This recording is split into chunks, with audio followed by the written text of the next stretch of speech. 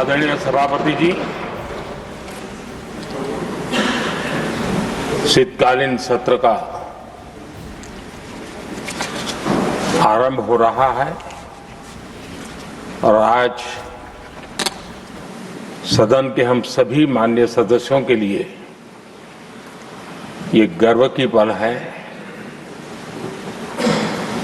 आपका स्वागत करना और आपके मार्गदर्शन में सदन के माध्यम से देश को प्रगति की राह पर ले जाने के लिए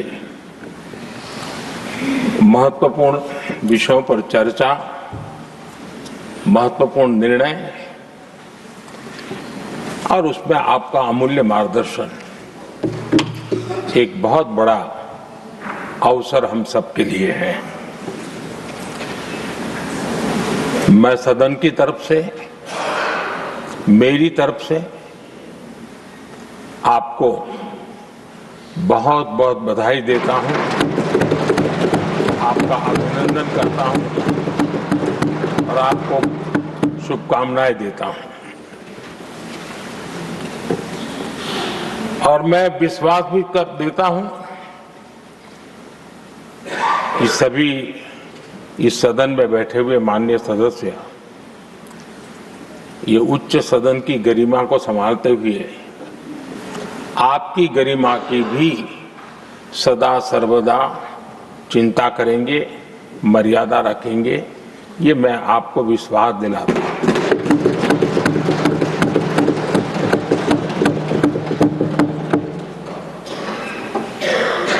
हमारे सभापति जी एक सामान्य परिवार से आ रहे हैं, किसान परिवार से निकले हैं और पूरा जीवन समाज सेवा के लिए समर्पित किया है। समाज सेवा ये उनकी निरंतरता रही है। राजनीतिक क्षेत्र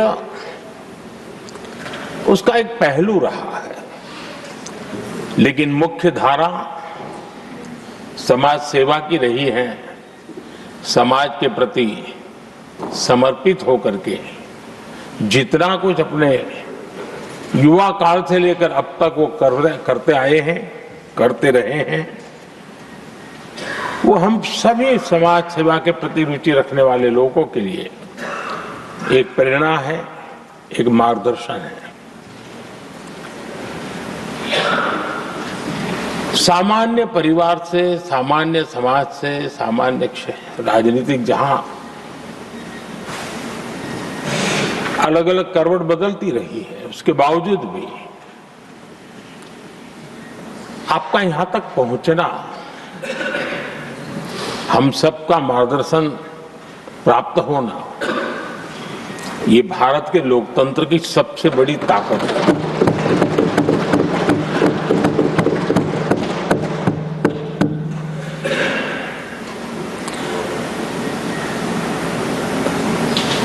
ये मेरा सद्भाग्य रहा है कि मैं आपको लंबे अरसे से परिचित रहा हूं। सार्वजनिक जीवन में साथ साथ काम करने का अवसर भी मिला है। लेकिन प्रधानमंत्री के रूप में जब मुझे यहाँ दायित्व मिला और जब मैंने आपको अलग अलग जिम्मेवारियां में काम करते देखा, तो मेरे मन पर अतिशय सकारात्मक भाव जगना बहुत स्वाभाविक था। क्वायर बोर्ड के चेयरमैन के रूप में हिस्टोरिकली हाईएस्ट प्रॉफिट वाली इंस्टीट्यूशन में कन्वर्ट करना, यानी आपका किसी संस्था के प्रति समर्पण हो तो कितना विकास किया जा सकता है और कैसे दुनिया में उसकी एक पहचान बनाई जा सकती है, वो आपने करके दिखाया। आपको भारत के कई क्षेत्रों बहुत कम लोगों को ऐसा अवसर मिलता है। आप झारखंड में, महाराष्ट्र में, तेलंगाना में, पुडुचेरी में राज्यपाल, लेफ्टिनेंट गवर्नर अलग अलग दायित्व संभालते रहे। और मैं देखता था कि झारखंड में तो आदिजाति समाज के बीच जिस प्रकार से आपने अपना नाता बना दिया था, जिस प्रकार से आप छोटे छोटे गांव तक दौरा करते थे, वहां के मुख्यमंत्री बड़े गर्व के साथ इन बातों का जब भी मिलते थे जिक्र करते थे। और कभी कभी वहां के राजनेताओं के लिए भी चिंता होती थी कि हेलीकॉप्टर हो या न हो, इसकी कोई परवाह किए बिना जो गाड़ी है आप चलते रहते थे, रात को छोटे छोटे स्थान पर रुक जाना। ये जो आपने एक अपना सेवा भाव था, उसको राज्यपाल के पद पर रहते हुए भी जिस प्रकार से आपने उसको एक नई ऊंचाई दी, इससे हम भली भांति परिचित हैं। मैंने आपको एक कार्यकर्ता के रूप में देखा है, एक सहयोगी के रूप में हम साथ काम किए हैं, सांसद के रूप में देखा है, अलग अलग पदों पर देखते हुए आज यहां पर पहुंचे। लेकिन मैंने एक बात महसूस की है कि आमतौर पर सार्वजनिक जीवन में पद पर पहुंचने के बाद कभी लोग पद का भार अनुभव करते हैं और कभी कभी प्रोटोकॉल में दब जाते हैं। लेकिन मैंने देखा है कि आपको और प्रोटोकॉल का कोई नाता ही नहीं रहा है, आप प्रोटोकॉल के परे रहे। और मैं समझता हूं सार्वजनिक जीवन में प्रोटोकॉल से मुक्त जीवन की एक ताकत होती है, और वो ताकत हम हमेशा आप में अनुभव करते रहे हैं, और ये हमारे लिए गर्व का विषय है। आदरणीय सभापति जी, आपके व्यक्तित्व में सेवा, समर्पण, संयम, इन सभी बातों से हम भली भांति परिचित हैं। वैसे आपका जन्म तो डॉलर सिटी में हुआ और उसकी एक अपनी पहचान है, लेकिन उसके बावजूद भी आपने अपनी सेवा का क्षेत्र अंत्योदय को चुना। आपने हमेशा एक डॉलर सिटी के भी उस तबके की चिंता की जो दबे, कुचले और कुछ वंचित परिवार थे, उनकी चिंता की। आदरणीय सभापति जी, मैं उन दो घटनाओं का जरूर जिक्र करना चाहता हूं जिसको कभी मैंने आपसे, आपके परिवारजनों से भी सुना है और जिसने आपके जीवन पर बड़ा प्रभाव पैदा किया है। बाल्यकाल में अविनाशी मंदिर के तालाब में आपका डूबने की संभावनाओं के बीच की अवस्था आपके लिए हमेशा रहा है कि मैं तो डूब रहा था, किसने बचाया, कैसे बचाया पता नहीं, मैं बच गया। और उस ईश्वर ने कुछ आप पर कृपा की, इस प्रकार का भाव आपके परिवार के लोग हमेशा बताते हैं। और दूसरा जो हम सब बहुत बारीकी से जानते हैं, जब कोयम्बतूर में लाल कृष्ण आडवाणी जी का यात्रा होने वाली थी, उसके कुछ समय पहले एक भयानक बम ब्लास्ट हुआ, शायद 60-70 लोग मारे गए। भयंकर बम ब्लास्ट था और उस समय आप बाल बाल बच गए थे। इन दोनों में जब आप ईश्वरीय शक्ति का संकेत देखते हुए अपने आप को समाज के प्रति अधिक समर्पित भाव से काम करने की जो आपने वजह के रूप में उसको कन्वर्ट किया, ये अपने आप में एक सकारात्मक सोच से बना हुआ जीवन का प्रतिबिंब है। आदरणीय सभापति जी, जो एक बात मैं जानता नहीं था लेकिन अभी मुझे पता चला, आप शायद अभी उपराष्ट्रपति बनने के बाद काशी गए थे और आपका काशी का दौरा था, तो एक सांसद के नाते स्वाभाविक रूप से मेरा मन वहां सब कुछ ठीक ठाक हो ही रहता है। लेकिन आपने वहां एक बात बताई जो मैंने सुनी, मुझे मेरे लिए नई बात थी। आपने वहां कहा कि आप वैसे तो नॉनवेज के आदी थे, लेकिन जब पहली बार आप काशी गए थे जीवन में और काशी में पूजा वगैरह की, माँ गंगा को अपने आशीर्वाद प्राप्त किया माँ गंगा से, और पता नहीं आपके भीतर एक संकल्प जगा और उस दिन से आपने तय किया कि आप अब नॉनवेज नहीं खाएंगे। अब ये कोई न कोई सात्विक भाव, कोई नॉनवेज खाने वाले बुरे हैं ऐसा मैं नहीं कह रहा हूं, लेकिन आपके मन में काशी की धरती पर विचार आया, तो एक सांसद के नाते मेरे लिए भी एक स्मरण रखने वाली एक घटना के रूप में मैं उसको हमेशा याद रखूंगा। भीतर कोई न कोई आध्यात्मिक भाव जो इस प्रकार की दिशा में ले जाने की प्रेरणा देता है। आदरणीय सभापति जी, छात्र जीवन से आपकी नेतृत्व सामर्थ्य रहा है।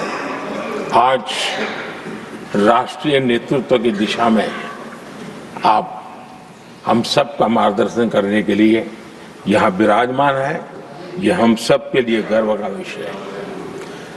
आदरणीय सभापति जी, आप लोकतंत्र के रक्षक के रूप में अपनी जवानी में, युवा अवस्था में, जब किसी को भी सरल मार्ग से जाने का मन कर जाता है, आपने वो रास्ता नहीं चुना, आपने संघर्ष का रास्ता चुना।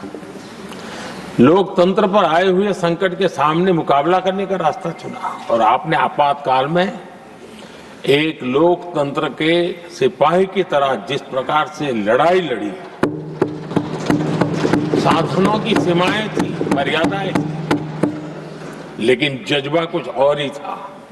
और वह उस क्षेत्र के सभी, उस सब पीढ़ी के नौजवान आज भी इमरजेंसी के खिलाफ की आपकी जो लड़ाई थी, लोकतंत्र के लिए आपका संघर्ष था, उसमें आपने जन जागृति के जो विविध कार्यक्रमों को अपनाया था, लोगों को जिस प्रकार से आप प्रेरित करते थे, वे हमेशा हमेशा के लिए लोकतंत्र प्रेमियों के लिए एक प्रेरणा देने वाली घटना रही। आप एक अच्छे संगठक रहे हैं, मैं भली भांति जानता हूं। आपने संगठन में जो भी दायित्व संभालने का अवसर आया, आपने उस जिम्मेवारी को चार चांद लगा दिए, अपने परिश्रम से लगा दिए। आपने हमेशा सबको जोड़ने का प्रयास किया, नए विचारों को स्वीकार करने का प्रयास किया, नई पीढ़ी को अवसर देने का प्रयास किया। ये हमेशा संगठन में आपके कार्य की विशारत रही। कोयम्बतूर की जनता ने आपको सांसद के रूप में यहां सेवा करने के लिए भेजा और तब भी आपने सदन में रहते हुए हमेशा उस क्षेत्र के विकास के लिए अपनी बातों को बड़ी प्रमुखता से लोगों के सामने रखा, सदन के सामने रखा। ये आपका लंबा अनुभव सदन में सभापति के रूप में और राष्ट्र में उपराष्ट्रपति के रूप में बहुत ही प्रेरक रहेगा, हम सबको मार्गदर्शक रहेगा। और मुझे पूरा विश्वास है कि मेरी तरह इस सदन के सभी सदस्य इस गौरवपूर्ण पल को जिम्मेवारियों के साथ आगे बढ़ाएंगे। इसी भावना के साथ मेरी तरफ से, सदन की तरफ से आपको बहुत बहुत शुभकामनाएं देता हूं।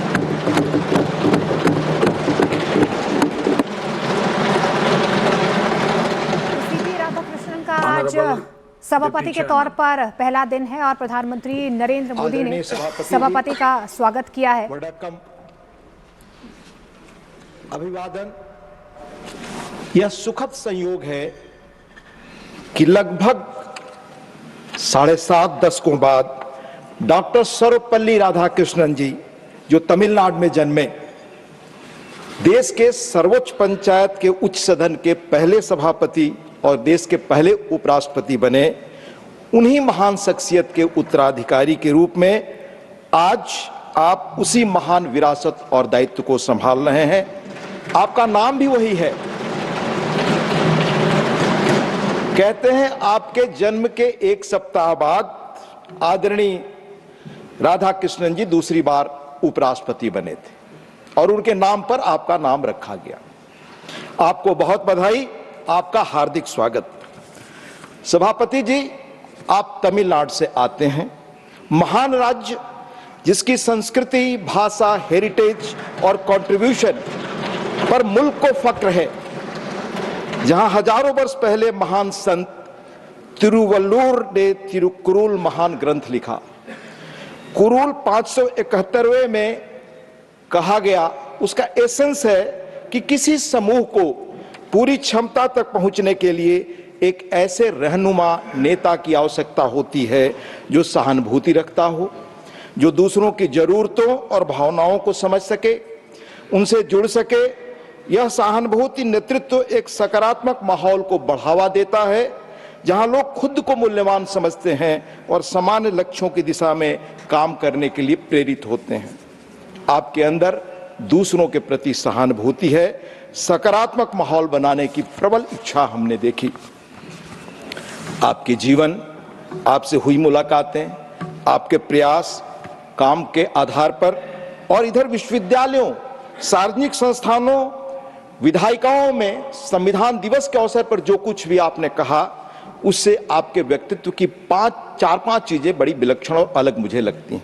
पहला, डायलॉग में यकीन, डिबेट में यकीन, दूसरे के मत को सुनना और सम्मान देना।